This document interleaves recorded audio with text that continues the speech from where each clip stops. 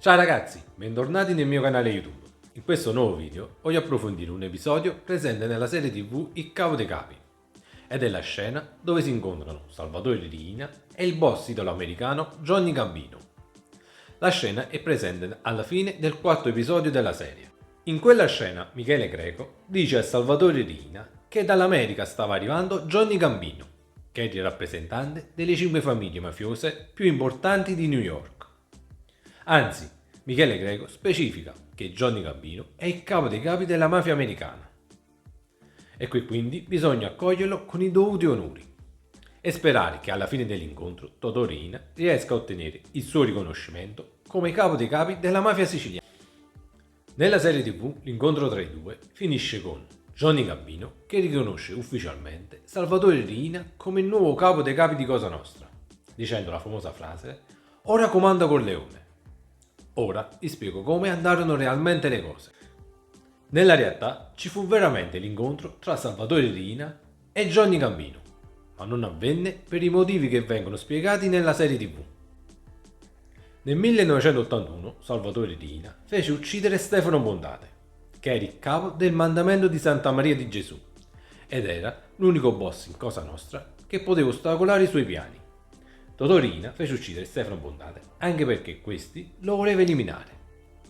Dopo Stefano Bondate, Totò Riina fece uccidere Salvatore Inzerillo, che era il più importante alleato di Stefano Bondate ed era il capo della famiglia mafiosa di Passo di Rigano. Questi due omicidi diedero inizio alla mattanza di Palermo. Totò Riina fece massacrare tutti i suoi rivali. Le strade di Palermo e provincia diventarono rosso sangue. Totò Riina fece uccidere per primo Stefano Bondate perché temeva la sua intelligenza criminale, oltre alla forza della sua famiglia. Poi fece uccidere Salvatore Inzerillo. Dopo la morte di Salvatore Inzerillo, ordinò che tutta la famiglia Inzerillo fosse sterminata. Salvatore Riina disse ai suoi uomini che della famiglia Inzerillo non doveva rimanere nemmeno il seme.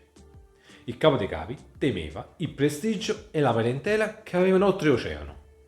Infatti la famiglia Inzerillo era imparentata con la famiglia dei Gambino. La famiglia dei Gambino era una delle 5 famiglie mafiose più potenti di New York. A fondare la famiglia mafiosa dei Gambino era stato Carlo Gambino. Carlo Gambino è nato a Palermo il 24 agosto del 1902. A 18 anni venne combinato nella famiglia mafiosa di Passo di Rigano. A 19 anni prese clandestinamente un mercantile che era diretto in America. Giunto in America, iniziò un'inarrestabile ascesa in Cosa Nostra americana. Si occupò del contrabbando di sigarette, del contrabbando di alcolici e del riciclaggio dei soldi. La sua ascesa in Cosa Nostra arrivò al culmine nel 1957, quando fece eliminare il suo capofamiglia, Albert Anastasia. Da quel momento in poi, Carlo Gambino divenne il nuovo capofamiglia. E la famiglia mafiosa di cui era il capo prese il suo nome. Nel giro di poco tempo, la famiglia mafiosa dei Gambino divenne una delle famiglie mafiose più potenti d'America. Nel 1962 si trasferì in America anche Giovanni Gambino, che era il nipote di Carlo Gambino. Giovanni Gambino, giunto in America, entrò a far parte della famiglia mafiosa dello zio e americanizzò il suo nome in Johnny. Johnny Gambino mise in piedi un traffico di droga tra l'America e la Sicilia con suo cugino Salvatore Inzerillo, che nel frattempo era diventato il capo del mandamento di Passo di Rigano. Carlo Gambino morì nel 1976 e nominò suo erede suo cugino Paul Castellano, che a sua volta nominò Johnny Gambino capo decina. Se in America i Gambino erano una delle 5 famiglie mafiose più importanti di New York, in Sicilia i loro parenti degli Inzerillo non se la passavano affatto bene. Come vi ho detto, Salvatore Riina aveva ordinato il loro sterminio. Per sfuggire alla ferocia dei Corleonesi, gli Inzerillo decisero di scappare in America e mettersi sotto la protezione dei loro cugini americani, ma sbagliarono a fare i conti. Totò Riina li inseguì fino in America.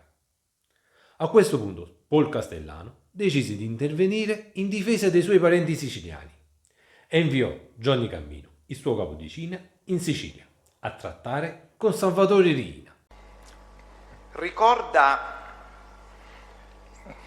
quando si trovava negli Stati Uniti di una visita da parte di un esponente di Passo di Rigano, tale Benedetto Villico. Sì, che mi ricordo. Chi era Benedetto Villico? E se ricorda la ragione per la quale questo soggetto è venuto a trovarlo negli Stati Uniti, poi ci dirà anche il periodo. Sì. Benedetto Villico era un esponente, un affiliato, come si può dire, della famiglia di Passo del Rigano. Benedetto Villico nell'81, dopo la guerra, era uno dei cosiddetti scappati, detto bene, che si sono rifugiati in America. Scappati da cosa? Come sappiamo, nell'81 c'è stata una guerra di mafia, credo aprile-maggio dell'81, cioè che è incominciato. E molta della gente che appartenevano a Stefano Bontà, a Salvatore Inzerillo, a un certo punto hanno deciso di lasciare Palermo e rifugiarsi negli Stati Uniti o in tante altre parti del mondo. Cioè, quando io dico scappate non intendo che conoscevo tutti gli scappati, c'è gente che è scappata in Brasile, gente che è scappata in Germania. Io per adesso mi sto riferendo solo a quelle che sono venute in America e principalmente la gente che si è rifugiata presso la famiglia Gambino. E Villico, il signor Villico era una di queste persone, cioè erano in tante, erano forse 20-30 persone con famiglie, bambine e tutto. La maggior parte si chiamavano Inzerillo, ma c'erano tanti altri dei Passo del Rigano pure che erano scappati con loro. E il signor Villico, per rispondere specificamente alla domanda che mi ha fatto, il signor Villico era uno di queste persone. Johnny Gambino andò in Sicilia insieme a Rosario Naimo, che era un importante uomo d'onore. Rosario Naimo faceva da intermediario tra la mafia siciliana e quella americana. Nell'incontro che si tenne si raggiunse un accordo.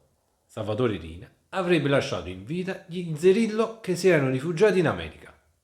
In cambio, i Gambino avrebbero ucciso Pietro Inzerillo, che era il fratello di Salvatore Inzerillo, e Antonino Inzerillo, che era lo zio di Salvatore Inzerillo. Il corpo di Antonino Inzerillo non è mai stato ritrovato. Fu vittima della lupara bianca mentre si nascondeva a Brooklyn, mentre Pietro Inzerillo venne ritrovato morto nel New Jersey. Il suo corpo venne ritrovato in un bagagliaio di un'auto con $5 sulla bocca e 2 sui genitali. Johnny Gambino non era il capo della mafia americana e non era andato in Sicilia per riconoscere Salvatore Rina come nuovo capo dei capi di Cosa Nostra. Totò Rina era diventato il capo dei capi a colpi di mitra e di lupara, e questi erano i suoi lasciapassare. Johnny Gambino era andato in Sicilia per salvare la vita dei suoi parenti e soprattutto non avendo un incontro a due. Johnny Gambino si incontrò con tutta la commissione di Cosa Nostra.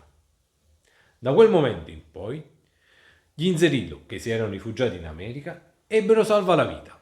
Questi scappati, una volta che si trovano in America, non voglio entrare in tutta la storia, però io ebbi l'ordine della commissione qui di Palermo, capeggiata all'epoca dal signor Michele Greco, logicamente sotto dettatura del signor Salvatore Rina, ebbe l'ordine di tenere tutte queste scappate sotto controllo. Qualcuno è morto e il resto si è cercato di salvarle. Per salvarle si dovevano tenere sotto controllo. Io ho avuto questo incarico cioè dalla commissione con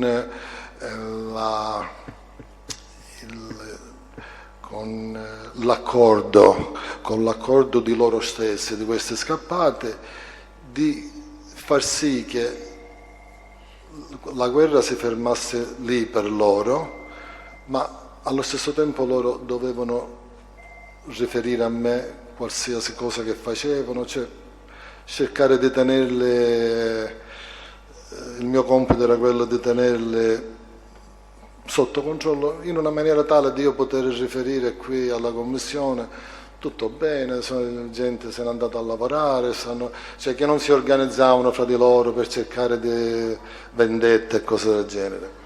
Allora ragazzi, il video termina qui. Mi raccomando, mettete un like al video se il video vi è piaciuto.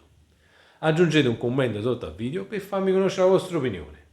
E soprattutto, se vi va, iscrivetevi al mio canale YouTube. In questo modo mi aiutate a crescere ed entrate a far parte della mia community. Allora ragazzi, noi ci vediamo nel prossimo video. Ciao!